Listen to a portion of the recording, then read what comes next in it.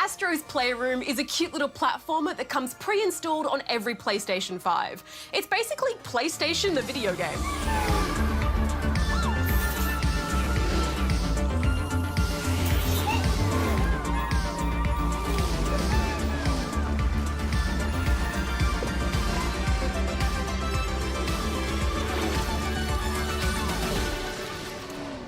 Chance to play a bit of this last week during my hands-on with the PS5.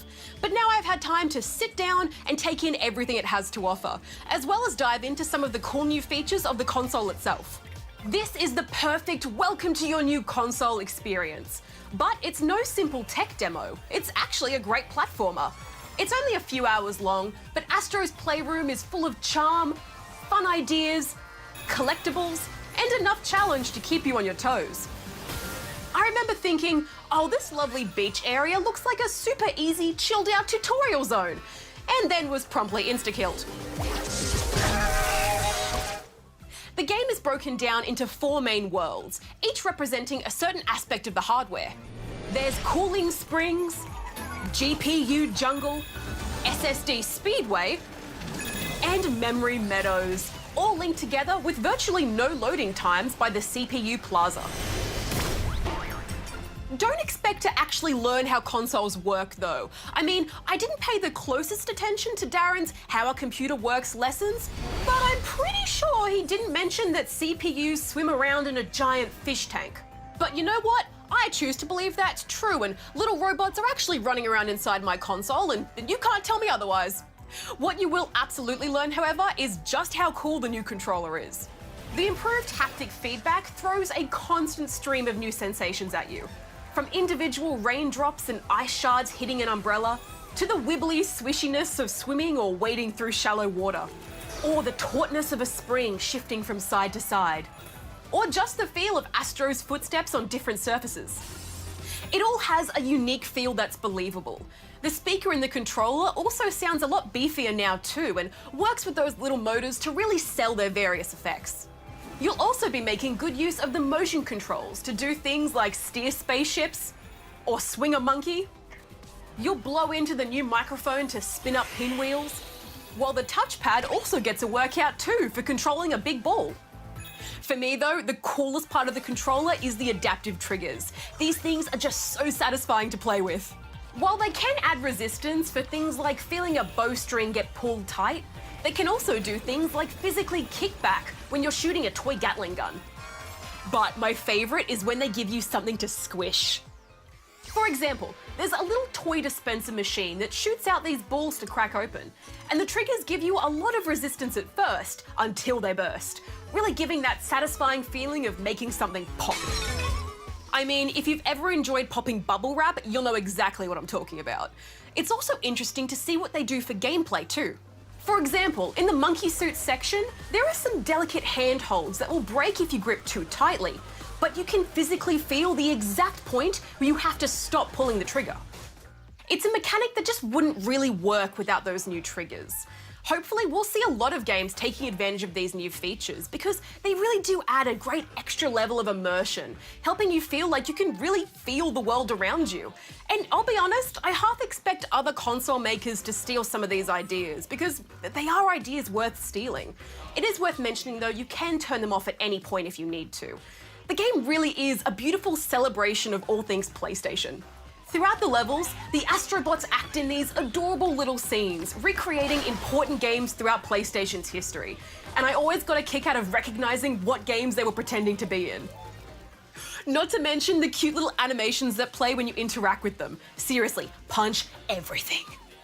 There's also a whole heap of artifacts to collect, which show off the many bits of hardware Sony has released over the years. And these all get stored in a big interactive collection. And speaking of collecting things, this is where I got to try out the new Activities feature of the PS5, which is something that'll make all you trophy hunters out there very happy. Basically, you can bring up the system menu and it'll show you what levels you haven't 100% completed yet. Then, if you're a PS Plus member, it will even load quick little videos that give you a hint of where to look for collectibles you've missed, which you can even pin to the side. And best of all, it lets you load up the nearest checkpoint in just a few seconds.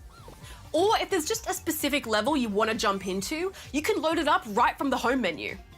I go into the menu and select a level from Astro's, and bam! That SSD, oh boy, he's fast. And speaking of fast, there's also a speedrun mode, which has 8 specially designed levels to let you flex your speedrunning skills. It's a great little extra to give you some leaderboard chasing satisfaction. I also love that each level adds up to give you an overall time and ranking. And not to boast, but I'm currently ranked 15th in the world. Okay, yes, it's only out of 58 people, but come on, let me have this. Anyway, is it worth buying a PS5 for Astro? Probably not. I mean, it's likely you'll finish it in an afternoon. But it is an adorable and awesome freebie that actually felt like something new and interesting.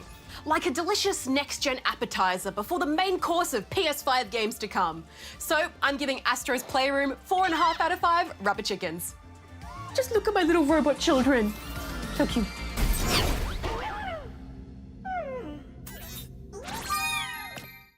When the PlayStation VR came out, it was my first experience with virtual reality, and I was hooked. VR was a level of immersion I'd never felt before. And nowhere was this shown off more than in Japan Studios' collection of minigames called the Playroom VR. One such game was Robot Rescue, where players had to, as the name suggests, rescue stranded bots while navigating a series of traps and puzzles. This has now been expanded upon into a fully fledged adventure platformer called Astrobot Rescue Mission.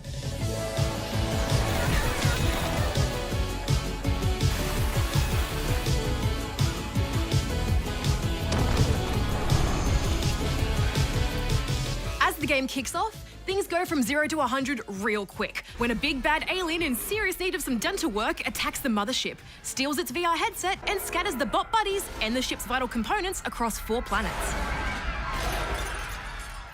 This leaves the task of rescuing the stranded crew and retrieving the stolen tech to Astro and yourself, a floating robot guardian / babysitter?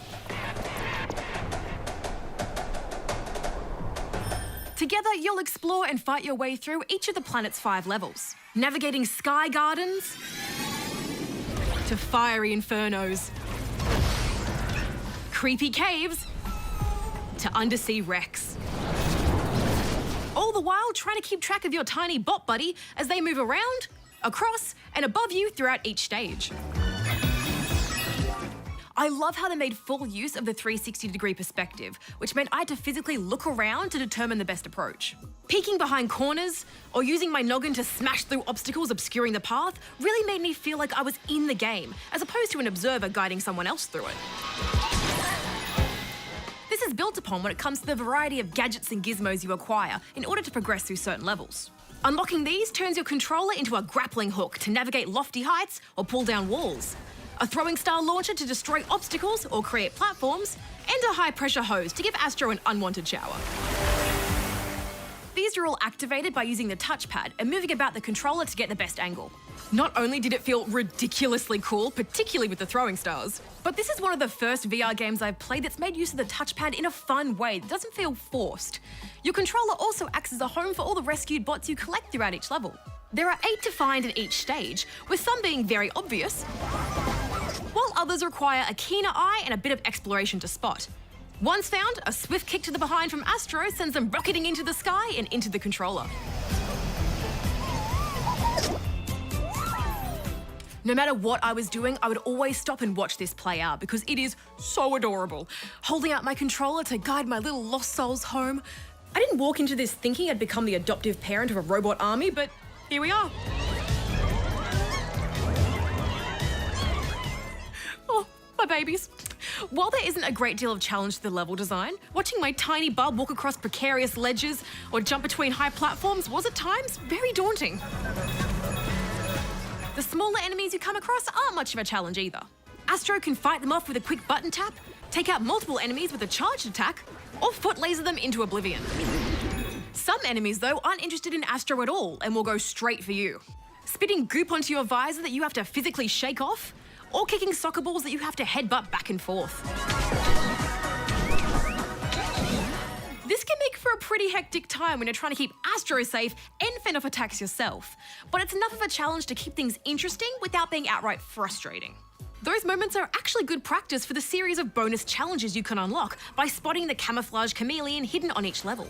These are significantly harder than the main campaign missions, but they're a welcome challenge, and getting a perfect run can earn you a silver or gold bot to add to your growing family, which you can visit on the mothership. Here you can play with the bots you've rescued and spend your coins on a claw machine full of figurines, which you can use to decorate and play in miniature dioramas of the levels you've completed. It's a gorgeous setup that I never tired of visiting. In fact, there were very few moments I felt anything other than merriment and awe while playing Rescue Mission. The sheer size and scale of the beautiful environments, the cute characters, and the varied level design kept things fresh and interesting beginning to end. Aside from a few camera issues that are typical of virtual reality, Astrobot Rescue Mission makes full use of everything the PlayStation VR has to offer, and does so with polish and charm. I'm giving it 4.5 out of 5 rubber chickens.